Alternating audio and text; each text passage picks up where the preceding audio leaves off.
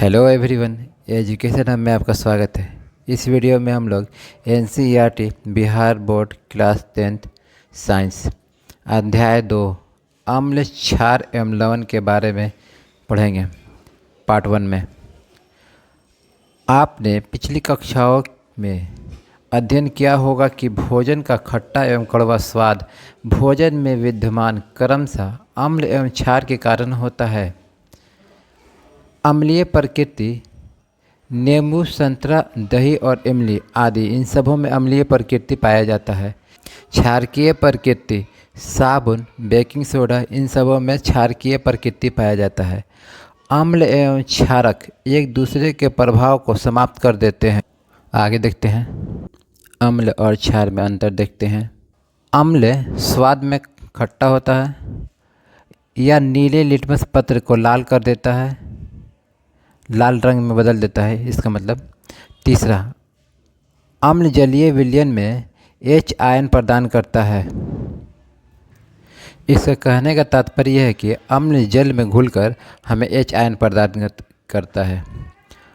अम्ल जो है इसमें पाया जाता है HCl में पाया जाता है, H2SO4 में पाया जाता है, HNO3 में अम्ल होता है, CH3COOH में भी अम्ल ही पाया जाता है। इन सबों में क्षारक में देख लेते हैं, या स्वाद में कड़वा होता है या लाल लिटमस पत्र को नीला रंग में बदल देता है। तीसरा नंबर में क्षारक जलीय विलयन में OH आयन प्रदान करता है हमें। NaOH जो है ये क्षारक है, KOH ये भी क्षारक है, CaOH का होल ट्वाइस ये भी क्षारक है, NH4OH। आगे देखते हैं, सूचक वे पदार्थ होते हैं जिनका उपयोग कर हम पता लगाते हैं कि पदार्थ अम्ल है या क्षारक है। इन पदार्थों को अम्ल क्षारक सूचक कहते हैं। प्राकृतिक सूचक, संश्लेषित सूचक और गंध सूचक। इनको बारी बारी से समझ लेते हैं। प्राकृतिक सूचक, हल्दी एक प्राकृतिक सूचक है। हमारे श्वेत कपड़े पर लगे सब्जी के दाग पर जब क्षारकीय प्रकृति वाला साबुन रगड़ते हैं तब उस धब्बे का रंग भूरा लाल हो जाता है। जब हमारे श्वेत कपड़े पर सब्जी के दाग लग जाते हैं तो उसे हम साबुन से धोते हैं, तब हम देखते हैं कि उस पर लगे दाग जो पीले था पहले, वो साबुन लगाने के बाद वो भूरा लाल हो जाता है, क्योंकि वो साबुन जो है हमारा क्षारीय प्रकृति का होता है। लिटमस भी प्राकृतिक सूचक होता है। लिटमस विलयन बैगनी रंग का रंजक होता है जो थैलोफाइटा समूह के निचेल पौधे से निकाला जाता है। प्रायः इसे सूचक की तरह उपयोग किया जाता है। दूसरा, संश्लेषित मेथिल ऑरेंज फिनोप्थिलीन रासायनिक विधि द्वारा मानव द्वारा बनाया जाता है। जो मानव द्वारा बनाया जाता है उसे संश्लेषित कहते हैं। गंध सूचक ऐसे पदार्थ होता है जिसकी गंध से हम अम्ल या क्षार का पता लगाते हैं, जैसे प्याज, वेनिला, लौंग का तेल आदि। आगे देखते हैं, पाठ के बीच में जो प्रश्न दिया रहता है उसको करते हैं हम। क्वेश्चन नंबर 1, आपको 3 प्रश्नावलियाँ दी गई है। इनमें से एक में आश्रित जल एवं शेष 2 में से एक में अम्लीय विलयन तथा दूसरे में क्षारीय विलयन है। यदि आपको केवल लाल लिटमस पत्र दिया जाता है तो आप प्रत्येक प्रश्नावली में रखे गए पदार्थों की पहचान कैसे करेंगे? तो उत्तर में हम लिखेंगे, जब तीनों प्रश्नावलियों में रखी विलयन से बारी बारी क्रिया लाल लिटमस पत्र से करवाते हैं। जिस विलयन द्वारा लिटमस पत्र नीला हो जाता है वह विलयन क्षारीय होगा। जब लाल लिटमस पत्र को विलयन में डुबोते हैं वह लाल ही रहता है तो वह विलयन अम्लीय होगा। तथा तीसरी प्रश्नावली में स्थित विलयन आश्रित जल है जो उदासीन होता है, वह किसी भी लिटमस पत्र से क्रिया नहीं करता है। हमने देखा कि हमें 3 प्रश्नावलियाँ दी गई है। लाल लिटमस पत्र हम चेक करेंगे बारी बारी से। जो लाल लिटमस पत्र जो है हमारा लाल से नीला हो जाता है वो हमारा क्षारीय विलयन होगा, क्योंकि क्षार की प्रकृति जो होती है वो लाल लिटमस को नीले में बदल देता है। और वहीं हम जब लिटमस पत्र को विलयन में डुबाते हैं वो लाल ही रहता है, तो वो हमें अम्लीय विलयन मिलेगा। और तीसरा जो प्रखनली में हम जब डुबाए हैं वो हमारा विलयन जो है आश्रित जल का है, जो उदासीन होता है। वह किसी भी लिटमस पत्र से क्रिया नहीं करता है क्योंकि वो उदासीन है। अम्ल और क्षार का यहाँ ट्रिक बनाए हम। देखिए, अनिल, आ से हो गया अम्ल, नी से हो गया नीला, ला से हो गया लाल। अनिल हम जो बनाए हैं, अम्ल नीले लिटमस को लाल कर देता है। उसी तरह से हम छालनी का भी बना है। छा से जो हो गया क्षारक हो गया, ला से लाल हो गया, नी से नीला हो गया। छालनी यहाँ क्षारक जो है लाल लिटमस को नीला कर देता है। आश्रित जल जो है ये उदासीन होता है। आगे हम लोग देखते हैं, चलिए। सारणी 2.1 में विलयन का नमूना दिया गया है। लाल लिटमस विलयन है ये, नीला लिटमस विलयन है ये, फिनोप्थलीन विलयन है, मेथिल ऑरेंज विलयन है। इसमें हमें अम्ल और क्षार को डुबा के देखना है कौन सी प्रकृति आ रही है। तो लिखते हैं हम यहाँ पे, यहाँ हम विलयन में अम्ल रहते हैं, लिखेंगे अम्ल। अम्ल तो लाल लिटमस विलयन को जो है ये इसका प्रभाव नहीं करेगा ये, और नीला लिटमस जो है उसको लाल कर देगा, लिखेंगे यहाँ लाल कर देगा वो। अब फिनोप्थलीन विलयन में ये रंगहीन लिखेंगे, रंगहीन रहेगा। मेथिल ऑरेंज विलयन में ये जो है अम्ल जो है गुलाबी हमें दिखेगा, गुलाबी हमें दिखेगा ये। और क्षार यहाँ लिखते हैं, इस जब विलयन में अगर हम क्षार मिलाते हैं लिखेंगे क्षार, क्षारक। क्षारक को अगर विलयन में मिलाते हैं, लाल लिटमस को जो है ये नीला कर देगा। ये क्षारक की प्रकृति है इसमें, जो नीला कर देगा इसको। नीला लिटमस में कोई प्रभाव नहीं डालेगा।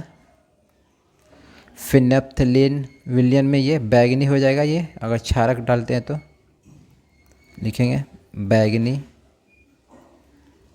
और मेथिल ऑरेंज में ये जो है पीला हो जाएगा।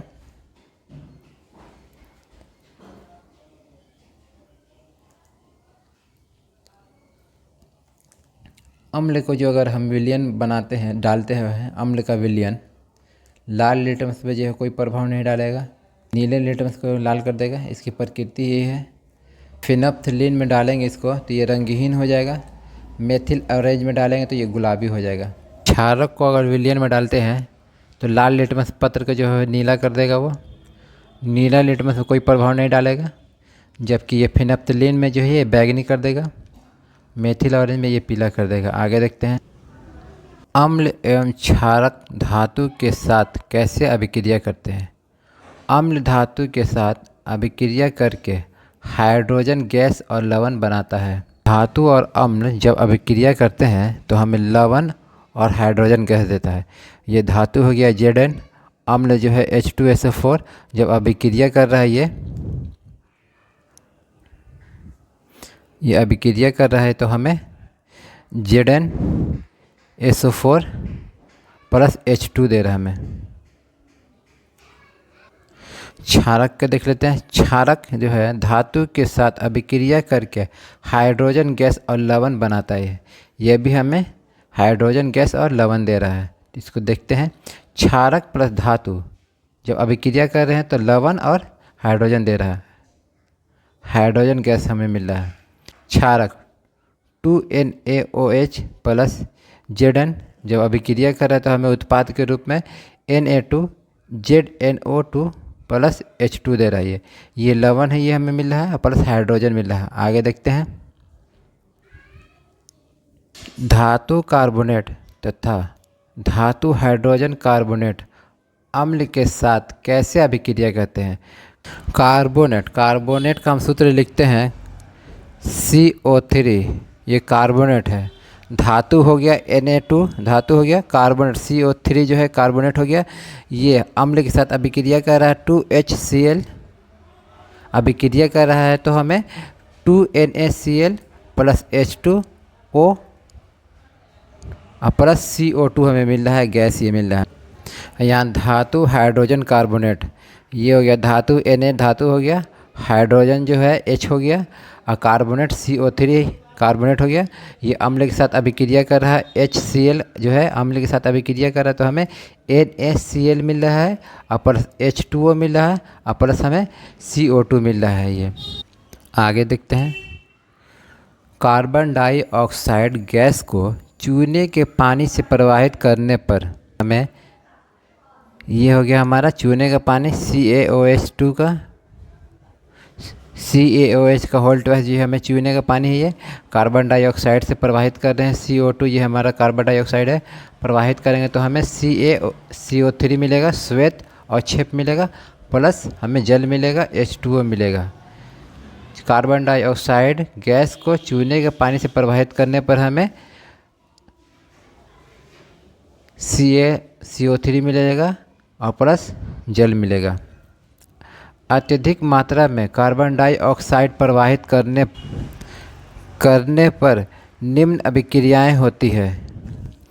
CO3 plus H2O carbon dioxide इसमें प्रवाहित करना है। CO2 जब अभिक्रिया करेगा ये, तो हमें HCO3 का होल ट्वाइस मिलेगा हमें, जो जल में विलयनशील है, हमें उत्पाद मिलेगी। ये चूना पत्थर, खगड़िया एवं संगमरमर कैल्शियम कार्बोनेट के विविध रूप हैं।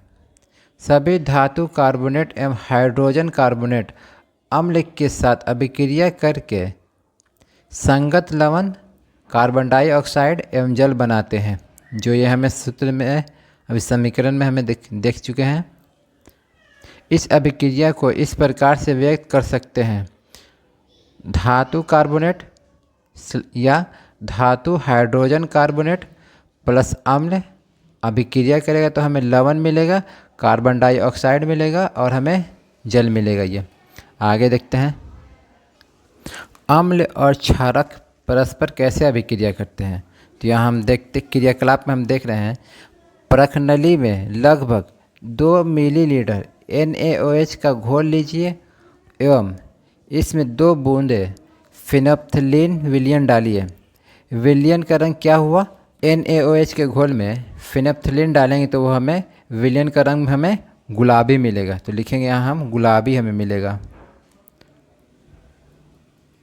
गुलाबी हमें मिलेगा। ये इस विलयन में एक एक बूंद तनु HCl विलयन मिलाइए। क्या अभिक्रिया मिश्रण के रंग में कोई परिवर्तन आया है। तो हाँ, वो गुलाबी से रंगहीन हो गया। ये लिखेंगे रंगहीन हो गया।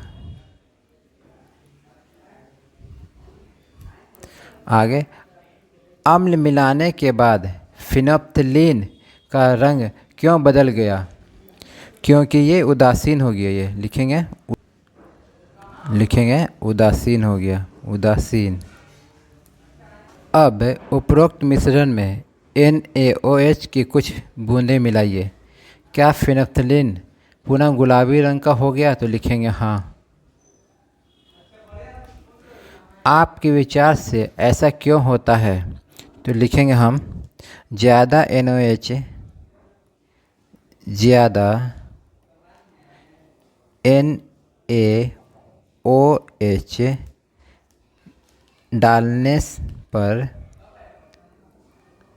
डालने पर वह क्षारक हो गया।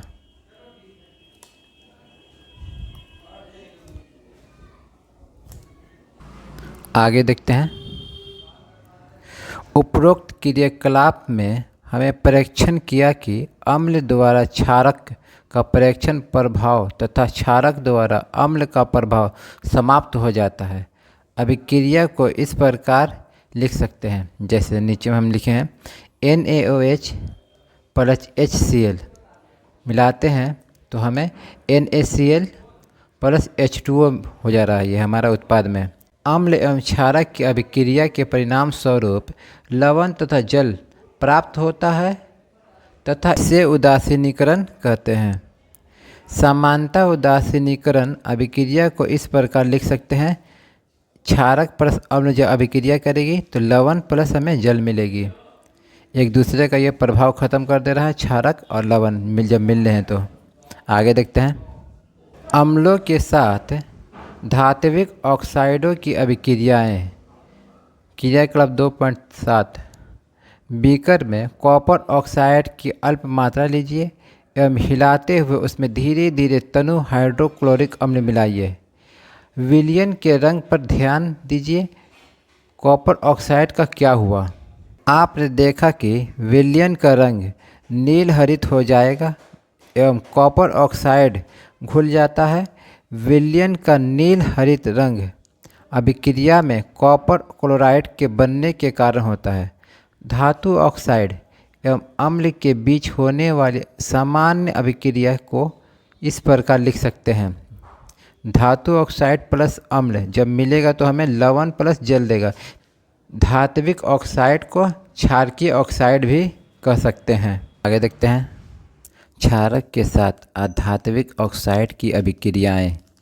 क्रियाकलाप 2.5 में आपने कार्बन डाइऑक्साइड एवं कैल्शियम हाइड्रोक्साइड चूने का पानी के बीच हुई अभिक्रिया देखी। कैल्शियम हाइड्रोक्साइड जो एक क्षारक है, कार्बन डाइऑक्साइड के साथ अभिक्रिया करके लवण एवं जल का निर्माण करता है। चूँकि यह क्षारक एवं अम्ल के बीच होने वाली अभिक्रिया के समान है, अतः हम यह निष्कर्ष निकाल सकते हैं कि अधात्विक ऑक्साइड अम्लीय प्रकृति के होते हैं।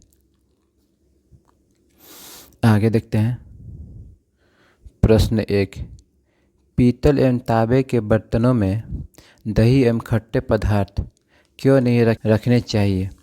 तो उत्तर में लिखेंगे, दही एवं खट्टे पदार्थों में अम्ल होता है। अम्ल धातुओं के साथ अभिक्रिया करके हानिकारक लवण एवं हाइड्रोजन गैस बनाता है। हानि से बचने के लिए पीतल एवं तांबे के बर्तनों में दही एवं खट्टे पदार्थ नहीं रखे जाते हैं। दही जो है एक अम्ल है, पीतल एवं तांबे जो है ये एक धातु है जो अभिक्रिया करके हानिकारक गैस बनाएगी। आगे देखते हैं। Question number 2। धातु के साथ अम्ल की अभिक्रिया होने पर सामान्यतः कौन सी गैस निकलती है? एक उदाहरण के द्वारा समझाइए।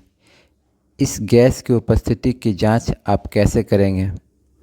उत्तर में लिखेंगे, धातु अम्ल के साथ अभिक्रिया करके हाइड्रोजन गैस बनाता है और लवण बनाता है।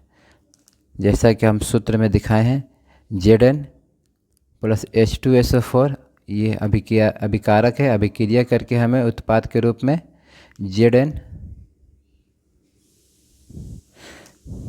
अभिक्रिया करके हम उत्पाद के रूप में ZnSO4 प्लस हाइड्रोजन H2 दे रहा है हमें। यहाँ चित्र 2.1 में दानेदार जिंक के टुकड़े के साथ तनु सल्फ्यूरिक अम्ल की अभिक्रिया। यहाँ जो है सल्फ्यूरिक अम्ल है, इसके साथ जो है जिंक के छोटे छोटे टुकड़े हैं। ये अभिक्रिया करे तो हमें हाइड्रोजन गैस के बुलबुले मिल रहे हैं। ये जो यहाँ पैप के द्वारा निकल रही है, एक टब में हम पानी रखे हुए हैं, उसमें डुबा करके रखे हैं उसका एक छोर, जो हवा के साथ ये बुलबुला फेंक रहा है हमें, और एक मोमबत्ती से हम दिखा रहे हैं, ये फटफट आवाज़ कर रही है। जैसा कि ये दिखाएगा, फटफट की ध्वनि के साथ हाइड्रोजन गैस का दहन हो रहा है। जांच हम करेंगे। जलती हुई मोमबत्ती को परखनली के पास ले जाने पर फट की ध्वनि उत्पन्न होगा। आगे देखते हैं। Question number 3। कोई धातु यौगिक A तनु हाइड्रोक्लोरिक अम्ल के साथ अभिक्रिया करता है तो बुदबुदाहट उत्पन्न होती है। इससे उत्पन्न गैस जलती मोमबत्ती को बुझा देती है। यदि उत्पन्न यौगिक में एक से कैल्शियम क्लोराइड है तो इस अभिक्रिया के लिए संतुलित रासायनिक समीकरण लिखिए। कोई धातु यौगिक A, तो उत्तर में लिखेंगे यौगिक A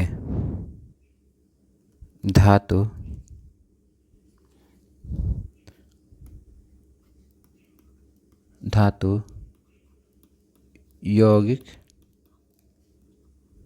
ए तनु हाइड्रोक्लोरिक अम्ल के साथ अभिक्रिया कर रहा है तो लिखेंगे प्लस HCl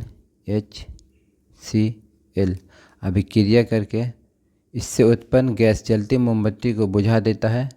तो कार्बन डाइऑक्साइड जो है जलती मोमबत्ती को वो बुझा देगा तो लिखेंगे CO2। यदि उत्पन्न यौगिक में एक से कैल्शियम क्लोराइड है तो लिखेंगे प्लस कैल्शियम क्लोराइड है CaCl2। धातु के ऑक्साइड A HCl से अभिक्रिया कर रहा है तो हमें उत्पाद में CO2 प्लस CaCl2 मिल रहा है। तो CaCO2 ये है हमारा कैल्शियम क्लोराइड का सूत्र है तो लिखेंगे यहाँ धातु हमारा कैल्शियम क्लोराइड होगा ये तो लिखेंगे CaCO3 प्लस HCl से अभिक्रिया कर रहा है तो उत्पाद के रूप में हमें CaCl2 मिल रहा है। यहाँ पे हमें उत्पाद में लिखेंगे CaCl2 प्लस CO2 मिल रहा है हमें। O यहाँ 2 है यहाँ 1 है तो H बच रहा है और एक O बच रहा है। ये तो हमें ये जल का सूत्र है तो लिखेंगे H2O। ये हमारा समीकरण मिला है, इसको संतुलित करना है। यहाँ H2 2 है यहाँ H 1 है, के आगे हम 2 लगाएंगे। यहाँ Ca 1 है यहाँ Ca 1 है, Cl2 यहाँ 2 है यहाँ Cl2 हम 2 हो गया, यहाँ संतुलित हो गया हमारा। C1 है यहाँ C1 है, O यहाँ 3 है यहाँ 2 1 3 हमारे ये संतुलित हो गया है। आगे देखते हैं। आज यहीं तक क्लास रखते हैं, इसके आगे पार्ट 2 में करेंगे हम। अगर क्लास अच्छी लगी तो लाइक कीजिए, शेयर कीजिए अपने दोस्तों में। अगर चैनल पर नए हैं तो सब्सक्राइब कीजिए, बेल घंटे को दबाइए ताकि आने वाली क्लास की सभी नोटिफिकेशन आपको मिल सके। तब तक खुश रहिए।